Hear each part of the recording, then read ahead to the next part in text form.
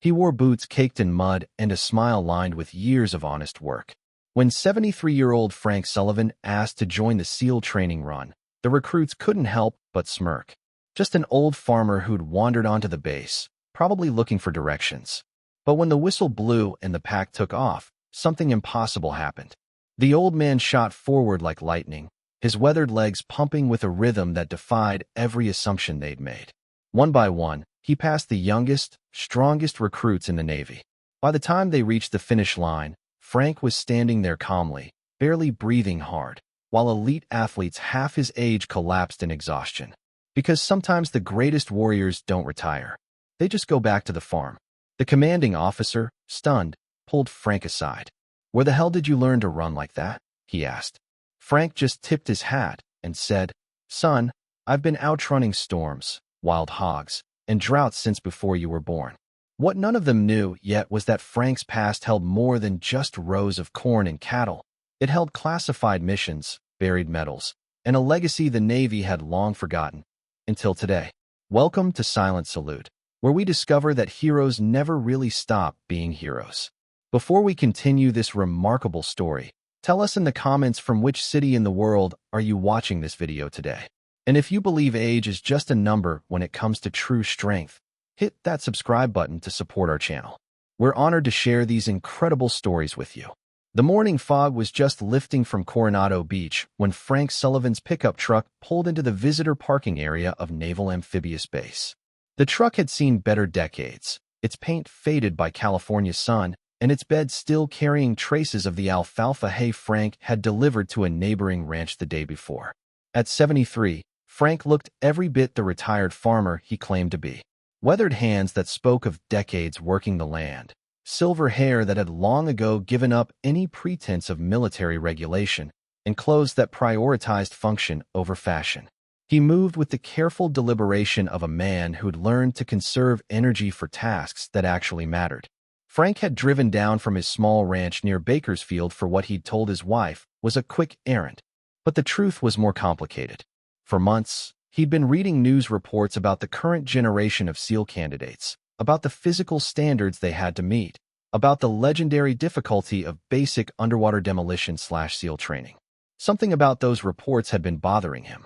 Not criticism of the young men attempting to become SEALs. Frank had nothing but respect for anyone willing to volunteer for that level of service. But the way the media talked about modern training, as if today's challenges were unprecedented, as if previous generations hadn't faced equal or greater demands. Frank had served in the teams during an era when SEAL training was less scientific, but arguably more brutal. Vietnam had demanded a different kind of warrior, forged through methods that were later deemed too harsh, too dangerous, too likely to break men rather than build them. Frank was a survivor of that older system, and he was curious about how he'd measure up against the modern version. The idea of testing himself against current standards had started as idle curiosity, but as weeks passed, it had grown into something more like a compulsion. Frank found himself wondering if the skills and conditioning that had made him an elite warrior 50 years ago still existed somewhere in his 73-year-old body. His wife Margaret thought he was going through some kind of midlife crisis, delayed by a few decades.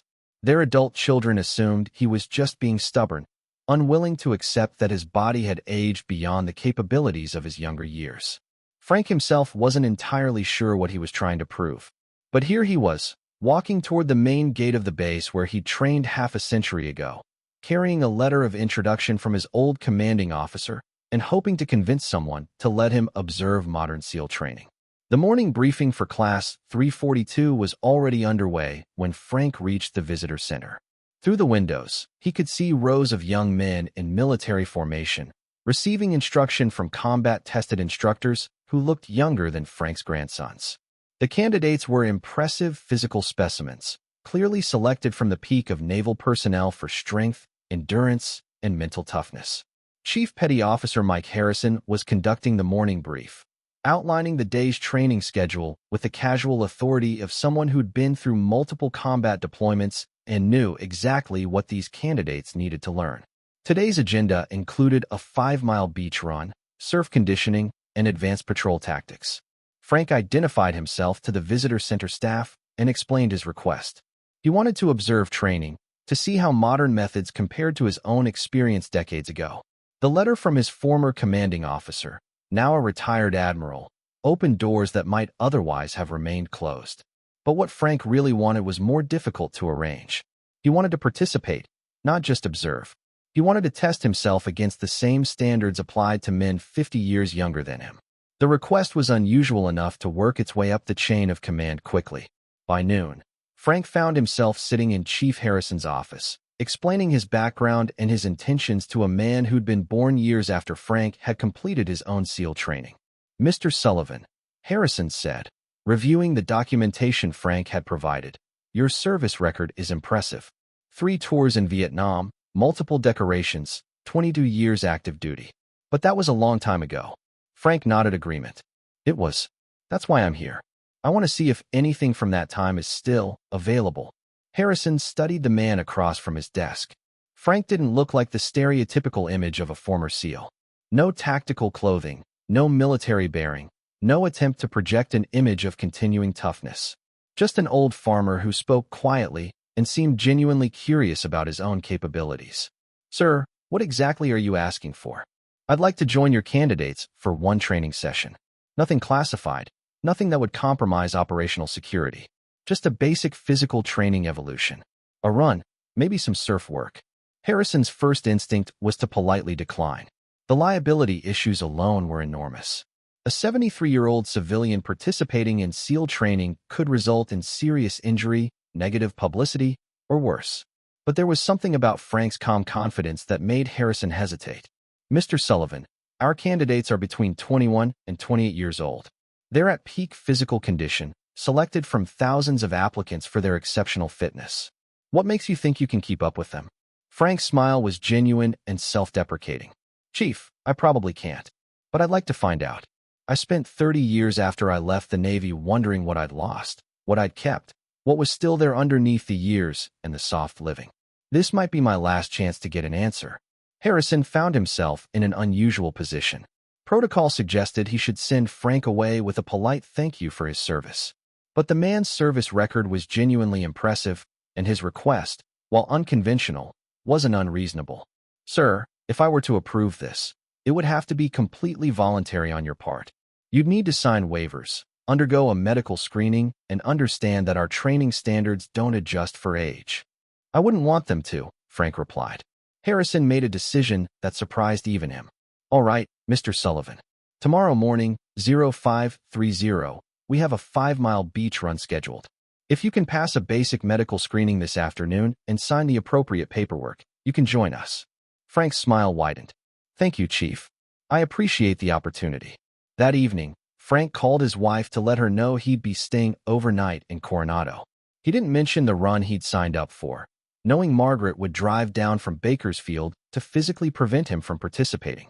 Instead, he told her he was attending a veterans reunion, which was technically true in a very loose sense.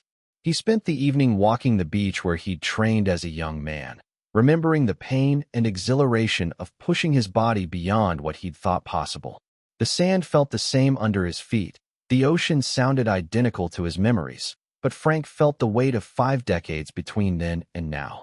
Tomorrow would provide an answer to questions he'd been carrying for years. Whether the warrior he'd once been still existed somewhere inside the farmer he'd become. Whether the conditioning and mental toughness developed in his 20s had survived into his 70s. Whether he could still measure up to the standards that had once defined his identity. At 0515 the next morning, Frank stood in the pre-dawn darkness with 26 SEAL candidates, all of them young enough to be his grandsons. He'd borrowed running gear from the base exchange, and while it fit adequately, he was clearly the most out-of-place person on the beach. The candidates were stretching and mentally preparing for the morning run, a routine evolution that would cover 5 miles of soft sand at a pace designed to challenge even elite athletes. Most of them had noticed the elderly civilian in their formation, but assumed he was some kind of observer or dignitary who would watch from a vehicle. Petty Officer Jake Morrison, at 22 the youngest candidate in the class, had the confidence that came with being a former college track star. He'd posted consistently fast times on previous runs and was emerging as one of the class leaders in physical fitness standards. "Who's the old guy?" Morrison asked his running partner, Petty Officer Rodriguez. Not sure, Rodriguez replied. Maybe someone's grandfather visiting for the day. Chief Harrison gathered the formation and began his usual pre-run brief. Gentlemen, today's route covers 5 miles of beach sand, out to the rocks and back. Standard pace, standard expectations. We have a guest joining us this morning, Mr. Frank Sullivan, former SEAL team member from the Vietnam era. The announcement caused some murmurs among the candidates. A few had heard stories about Vietnam-era SEALs, but most considered that ancient history as relevant to modern warfare as muskets and cavalry charges. Mr. Sullivan has requested to participate in this morning's training evolution, Harrison continued. He'll be held to the same standards as the rest of you. The run begins in 2 minutes. Morrison exchanged glances with Rodriguez. The idea of a 70-something-year-old man attempting to keep up with SEAL candidates struck them as somewhere between admirable and ridiculous. Morrison had been running competitively since high school and couldn't imagine anyone Frank's age lasting more than a mile.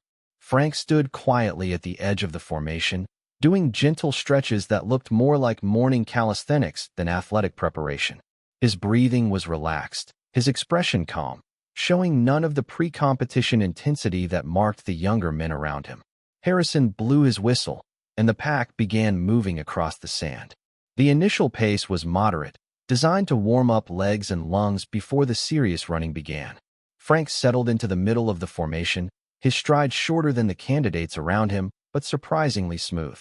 For the first mile, the candidates barely noticed Frank's presence. They were focused on their own performance, on maintaining formation, on managing their energy for the distance ahead. Frank ran quietly, his breathing controlled, giving no indication of stress or fatigue. It was during the second mile that Morrison first realized something unusual was happening. He glanced back to check on the formation and was surprised to see Frank not only keeping pace, but looking completely comfortable. The old man's stride was economical, his posture relaxed, his breathing steady. Hey Rodriguez, Morrison said quietly. The old guy's still with us. Rodriguez looked back and nodded with surprise. Yeah, and he doesn't look like he's working very hard. By the third mile, the pace had increased to the level that separated serious runners from casual joggers. Several candidates were beginning to show signs of effort, their breathing becoming labored, their form starting to deteriorate slightly. But Frank continued running with the same steady rhythm he'd maintained from the start. Morrison was beginning to feel the effort himself. The soft sand made every step more difficult than road running, and the pace was faster than he'd expected. But when he glanced at Frank, the older man appeared to be running with less effort than Morrison was feeling. This doesn't make sense, Morrison muttered to himself. The fourth mile was where the run traditionally became a test of will rather than just fitness. The pace increased again, and candidates began spreading out based on their individual capabilities. Morrison pushed harder, determined to maintain his position near the front of the formation. But Frank was no longer in the middle of the pack. Somehow, without Morrison noticing, the old man had moved up to the front third of the formation. His stride remained unchanged, his breathing still controlled, but now he was passing candidates who were struggling to maintain pace. Morrison felt a surge of competitive pride. There was no way he was going to be outrun by a man old enough to be his grandfather. He increased his effort, pushing his pace to the level that had won him conference championships in college. Frank noticed the young candidate's acceleration and smiled slightly. Without changing his expression or showing any sign of increased effort, he matched Morrison's pace increase and began pulling ahead. The fifth mile was a revelation. Morrison was running at near maximum effort, his lungs burning, his legs heavy with fatigue, fighting to maintain speed that had always been his strength. But Frank was not only matching his pace, he was pulling away. One by one, Frank passed the struggling candidates. Not sprinting, not showing off, just maintaining a steady pace that proved faster than men 50 years younger could sustain. His form remained perfect, his breathing controlled, his expression calm. Morrison watched in disbelief as Frank pulled even with the fastest candidates in the class, then moved ahead of them as they began to fade. The old man wasn't just keeping up, he was winning. With half a mile remaining, Frank made his move. Without any apparent increase in effort, he began to open distance between himself and every SEAL candidate in the formation. His stride remained economical, his breathing steady, but his pace was unmistakably faster than anything the younger men could maintain. Morrison pushed himself beyond what he'd thought possible, calling on reserves of speed and endurance that had made him a collegiate champion. But Frank continued pulling away, his lead growing with every stride. Rodriguez, running beside Morrison and struggling with his own fatigue, could barely believe what he was seeing. "How is this possible?" he gasped. Morrison had no answer. In college, he'd run sub-5-minute miles. He'd trained with Olympic hopefuls. He'd built his identity around being faster than other people. But a 73-year-old farmer was making him look like an amateur. Chief Harrison, observing from a vehicle that paralleled the run, was equally amazed. In 15 years of training SEAL candidates, he'd never seen anything like Frank's performance. The old man was running with the efficiency of a machine, showing no signs of the fatigue that was overwhelming candidates half a century younger. With 200 meters remaining, Frank was clearly in first place, running alone while the fastest candidates struggled to maintain contact. Morrison was in second place, but falling back, his college conditioning proving inadequate against whatever Frank had maintained from his years as an operational SEAL. Frank crossed the finish line at least 30 seconds ahead of the next finisher, his time competitive with the fastest runs ever recorded by SEAL candidates. But more impressive than his speed was his condition at the finish. While the candidates behind him collapsed in exhaustion, Frank stood calmly, his breathing only slightly elevated, showing no signs of distress. Morrison finished second, stumbling across the line and immediately sitting down in the sand to recover. He'd run faster than his personal best, pushed himself beyond what he'd thought possible, and still been thoroughly beaten by a man who could have been his great-grandfather. As the rest of the candidates finished the run, they gathered around Frank with expressions of amazement and confusion. Some were convinced they'd witnessed some kind of trick or setup. Others were beginning to understand they'd just received an education about what elite conditioning really looked like. Chief Harrison approached Frank, who was helping candidates who'd struggled with the final mile. "Mr. Sullivan, that was an impressive performance." Frank's smile was modest. "Thank you, Chief. It felt good to run on this beach again." "Sir, if you don't mind me asking, how did you prepare for this? What kind of training regimen do you maintain?" Frank considered the question. "Well, I run my property lines every morning. About 7 miles through rough terrain, checking on cattle and fences. I do that regardless of weather, season, or how I'm feeling. Have been for 30 years. Morrison looked up from where he was still recovering. "Every morning?" 7 miles. "Every morning," Frank confirmed. "Plus whatever work needs doing around the ranch. Lifting, carrying, building, moving cattle. Ranching is pretty good cross-training if you approach it right." Rodriguez shook his head in amazement. "Mr. Sullivan, you just beat elite athletes who train specifically for running. How is that possible at your age?" Frank's expression grew more serious. "Son, what you call my age is what I call experience. I've had 50 years to figure out how to run efficiently. 50 years to learn pacing, breathing, energy management. 50 years to understand that speed isn't about how hard you work. It's about how smart you work." Chief Harrison was beginning to understand that Frank's performance wasn't just about physical conditioning. "Sir, are you saying this was more about technique than fitness?" "Partly," Frank replied, "but also about understanding what your body is really capable of when you stop believing the limitations other people put on you." Frank looked around at the exhausted candidates. "When I was your age, I thought peak performance was about pushing harder, training more, wanting it more than the next guy.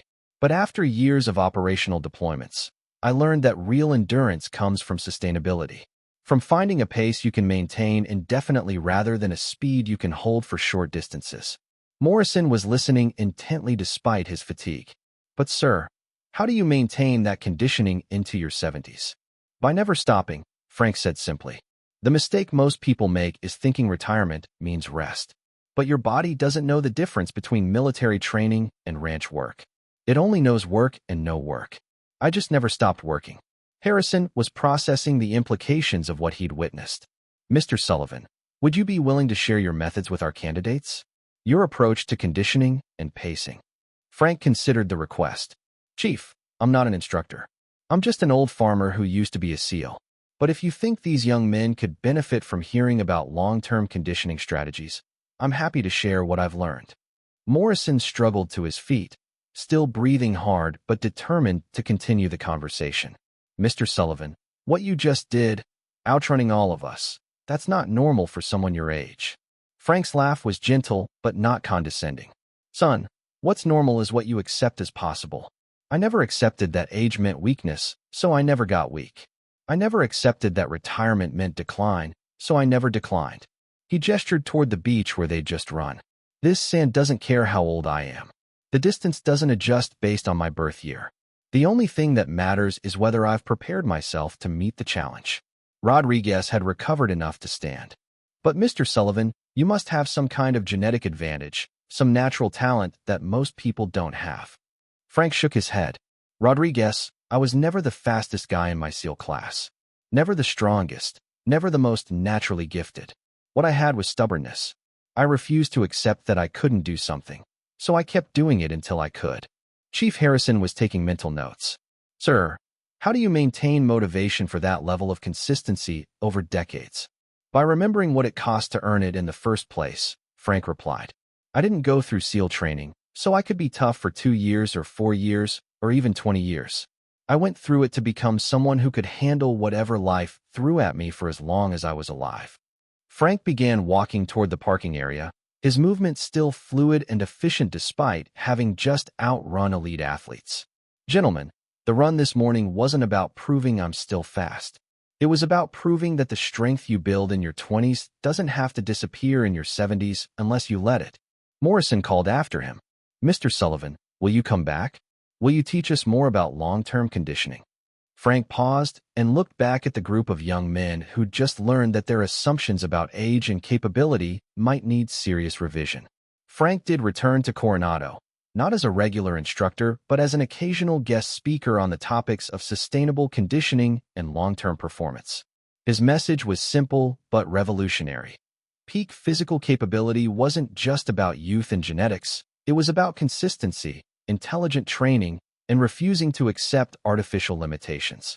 The candidates who'd been beaten by a 73-year-old farmer never forgot the lesson. Morrison in particular took Frank's example to heart, restructuring his training approach to focus on sustainability rather than short-term intensity. Years later, after completing multiple SEAL deployments, Morrison credited Frank's example with helping him maintain operational fitness well into his 40s. Frank's story spread throughout the special operations community as an example of what was possible when warriors refused to retire mentally even after leaving active duty.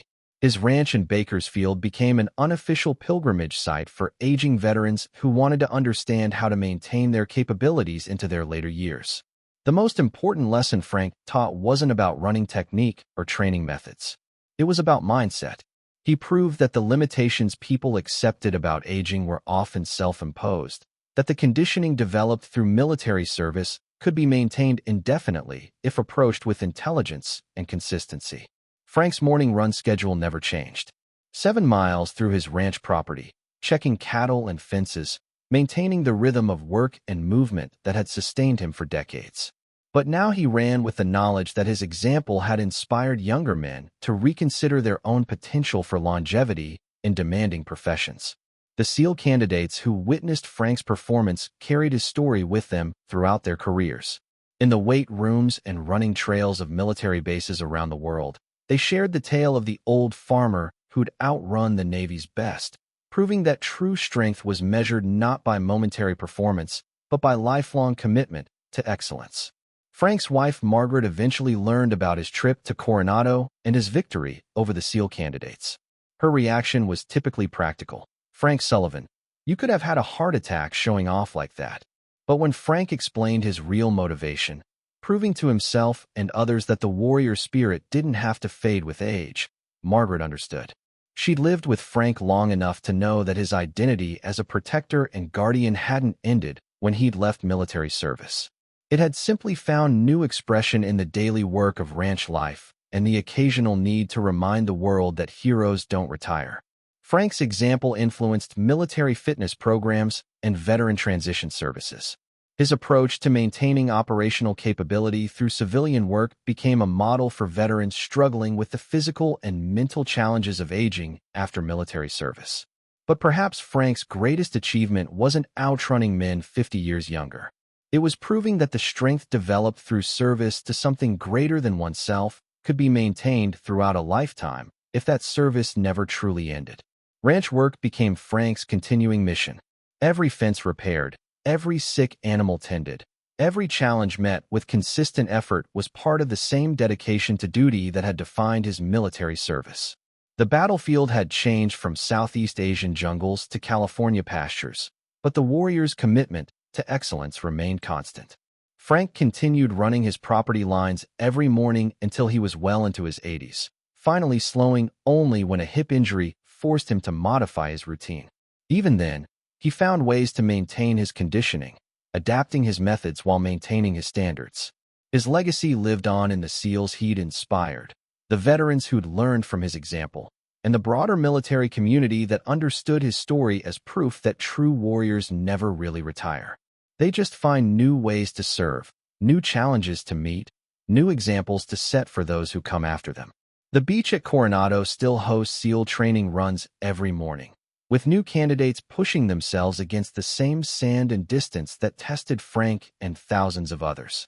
Instructors occasionally share Frank's story as an example of what's possible when commitment to excellence extends beyond active duty into a lifetime of service. Frank's run that morning proved that age is often just a number, that conditioning is a choice, and that the warrior spirit, once forged, never has to be surrendered. His victory wasn't just over younger, stronger men. It was over the assumption that strength belongs only to youth, and that heroes inevitably fade. This story was brought to you by Silent Salute. Before we leave you today, here's our question. Have you ever witnessed someone whose age defied every expectation about what they could accomplish? Someone who proved that experience and determination could overcome youth and natural advantages? Tell us in the comments about the age-defying heroes in your own life who've shown that limitation is often just a mindset. And if you believe that true strength has no expiration date, hit that subscribe button to support our channel. Every story reminds us that heroes come in all ages, and that the greatest victories are often won by those who refuse to accept what others consider impossible. We'll see you in the next one.